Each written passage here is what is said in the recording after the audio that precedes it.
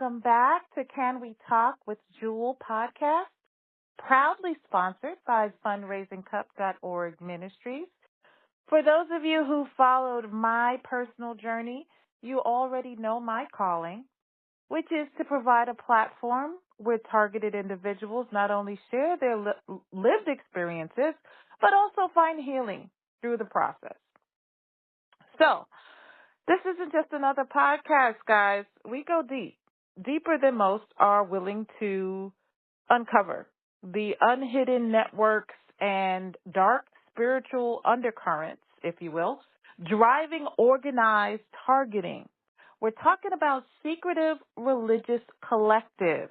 Yes, so-called brotherhood and sisterhoods in local power structures and high-level affiliations coordinating psychological, economic, and even physical attacks. Yes, we're talking RICO crimes, guys, under the cloak of silence. These are not conspiracy theories, I assure you that. These are the lived realities of countless people worldwide. What makes these campaigns so dangerous is they're multifaceted in nature. They don't just attack the body. They try to break the spirit. Many never even see it coming. But as we've said before, we wrestle not only against flesh and blood, but against principalities and unseen forces. Many fear speaking out, and that fear is real. I understand. But true survivors, they are the ones who found the strength to keep going. They are the ones sharing their stories here with us. And it is by the grace of the Most High God, creator of the beginning and the end. I have to clarify because these groups serve another one, that they lived to tell their stories. And as I've shared in previous episodes, we now have testimony after testimony consistent across all time, geography, and background from targeted individuals, also known as TIs, who are ready to help others understand what's truly unfolding. Their stories point to a coordinated effort to isolate, impoverish, and destroy individuals through bribes, lies, and relentless harassment. If you're listening and this resonates, please know you're not alone.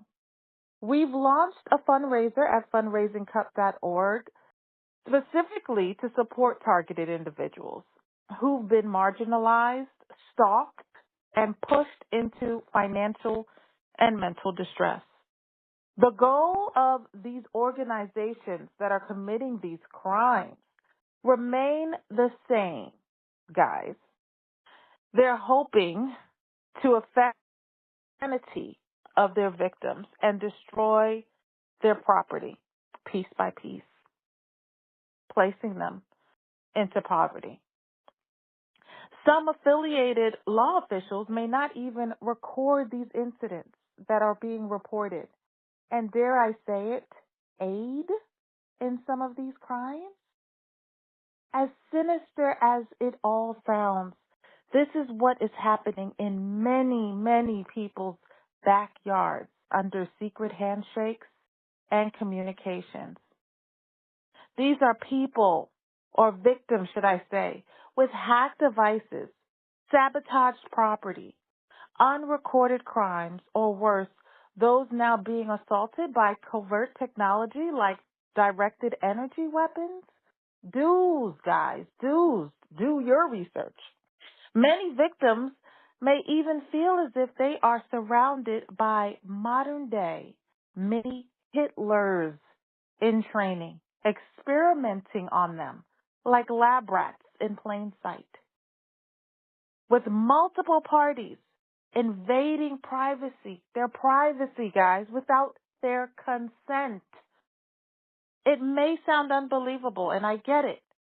Yet, we cannot ignore the parallels between what's happening now and the inhumane experimentation that took place under Operation Paperclip and other hidden government-sanctioned programs.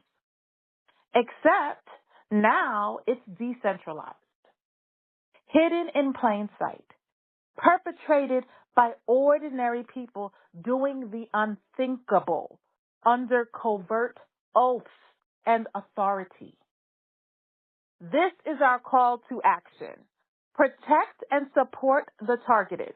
Report the networks that violate people's rights. Refuse to be silent or complicit. And as long as one life is saved, one truth is shared, or one mind is freed from isolation, our mission has meaning. So without further ado, I'm going to hand the floor over to Miss Richie to share her very own story with all of you. Miss Richie, please. The podcast segment today is about Freemasonry, institutional power, position, and hypocrisy, accountability, and abuse of power. Under the Article 10 of the European Convention of Human Rights and Freedom of Expression, I'm lawfully exercising my right to freedom of expression to raise serious evidence-based concerns about the institution, misconduct in the United Kingdom. I am literally shocked. I cannot believe what I'm facing for the last 8 years. Since taking my former client, Sudhi Sharma, as a client, one-off, for the past 8 years, I've been subjected to criminality. We would think that the crimes are being committed by criminals. But to my surprise, no.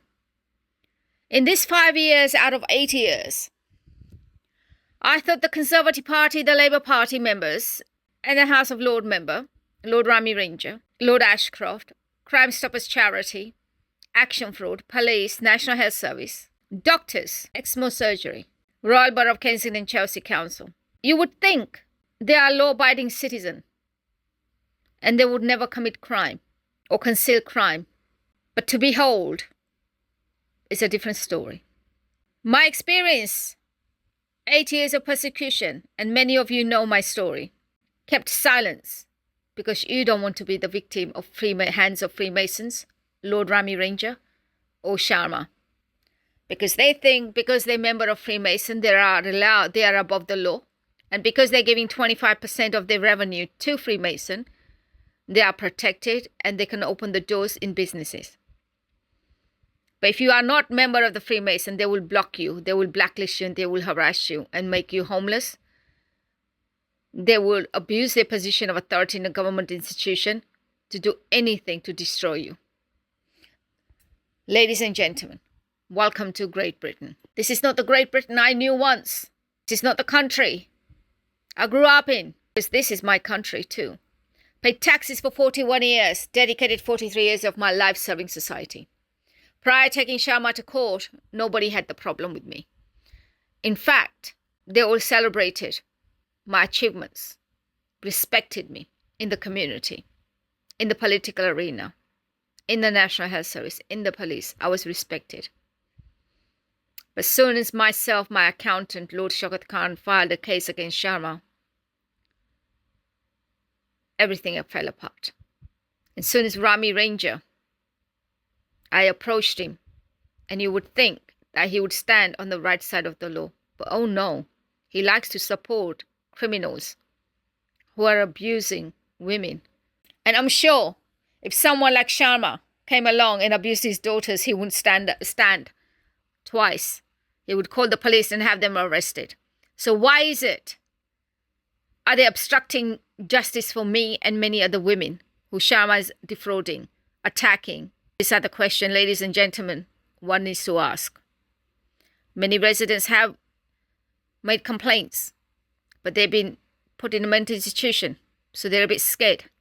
These are single mothers. They're targeting single mothers, single women. These are my experiences.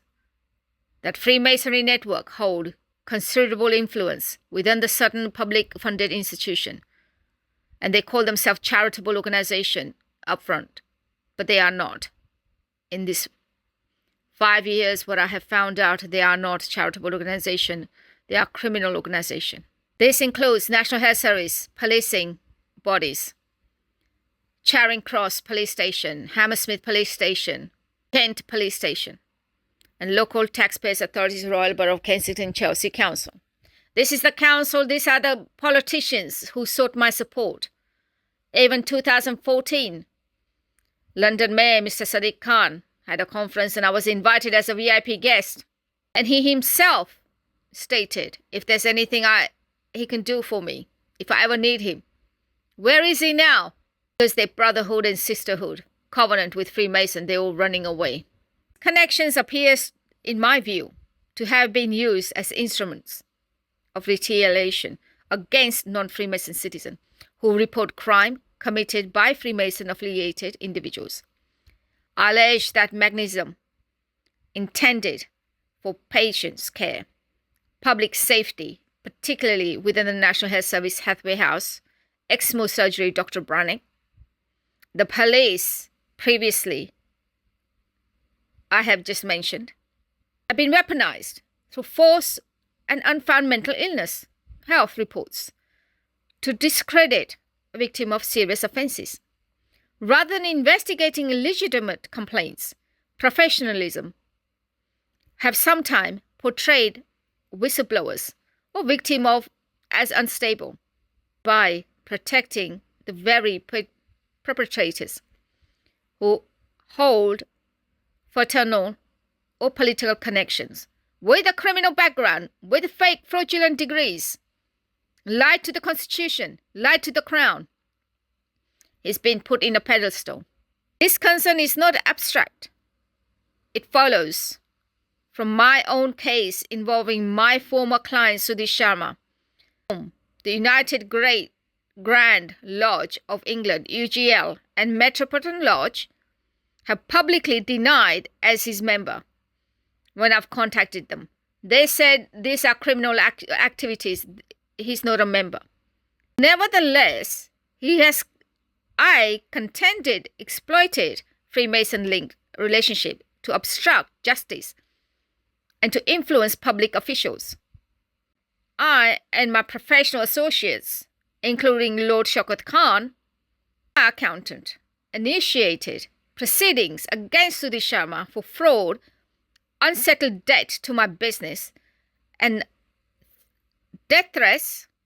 I observed an immediate pattern of institutional hostility system that one treated me with respect, suddenly respect and integrity, and applaud my achievements.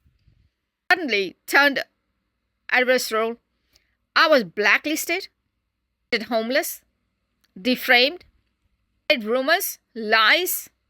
Despite my lifetime of lawful service and tax-paying 41 years, national insurance and paid taxes. 43 years I've served society, supported all these organizations, and given a contribution. Among the individual implicated, hired by Sudhi Sharma, paid by Sudhi Sharma, to attack me, gang stalk me, Abdullah Rabbi, who said he's got a drug addiction and who said you should not take drugs. Help. This is the guy, Abdullah Rabbi, Moroccan descent. Really well planned. They placed me, the Royal Borough of Kensington Chelsea Council. They know that I was made homeless by Sudhi Sharma because he was complicit. He was behind all this. Alison Eve, the councillor, she knew Sharma's doing fraud. She's the one who told me Sharma's doing fraud. But yet, they supported him rather than me. Ladies and gentlemen, ask yourself this question. Freemason members think they're above the law, untouchable. Why? I reported him to National Health Service because he said he works for National Health Service. But to me, my surprise, I was told he doesn't. stalking, harassment, intercepting phone calls, communication, trespass, theft, food contamination, acts clearly intended to cause harm and alarm to me. Royal Borough of Kensington and Chelsea publicly encourages residents to report antisocial behaviour. Yet, this antisocial behaviour and crimes are committed by Freemason, given the keys to third party by Royal Borough of Kensington Chelsea Council for their residents, especially women. And when you report the crime and misconduct, trespassing to property, breaking items, breaking everything, action fraud, the police response is not to protect, but deflection. Instead of investigating, certain officers, counsellors, and medical practitioners generate false psychiatric narrative, labeling victim a paranoid to justify punitive intervention. This pattern suggests a wider abuse of institutional power, influence by Freemason ties spanning the Metropolitan Police, lodges, UGL Lodge, even political and charitable circle, including figures such as Lord Ashcroft, Lord Rami Ranger, who are protecting these crimes. And action fraud, if proven, amount to serious conflict of interest. This is the conflict of interest. There have been debates in House of Parliament and House of Lords. Few police officers have been investigated with a panorama documentary in same Charing Cross that are reported death threats to. That's the same police station's been investigated and police have been arrested. My purpose in speaking is not defamation, but public accountability. After 43 years of professional integrity and 41 years of tax contribution, I have the moral and legal right to question why taxpayers funded institution appears to be protect offenders while prosecuting the victim. This testimony forms part of a wider call for independent investigation, transparency, and reform. Every citizen, Freemason or not, deserves equal treatment under the law. Silencing victims through false diagnosis is bureaucracy, obstruction of justice, betrayal of democracy itself. Lord Rami Ranger and all those involved in my case in Royal Borough of Kensington, Chelsea, John White. John White, get your P45 ready, because you have not done your job and investigated antisocial behavior as you're supposed to. You are not above the law. And Sharma, you are not untouchable as you think you are.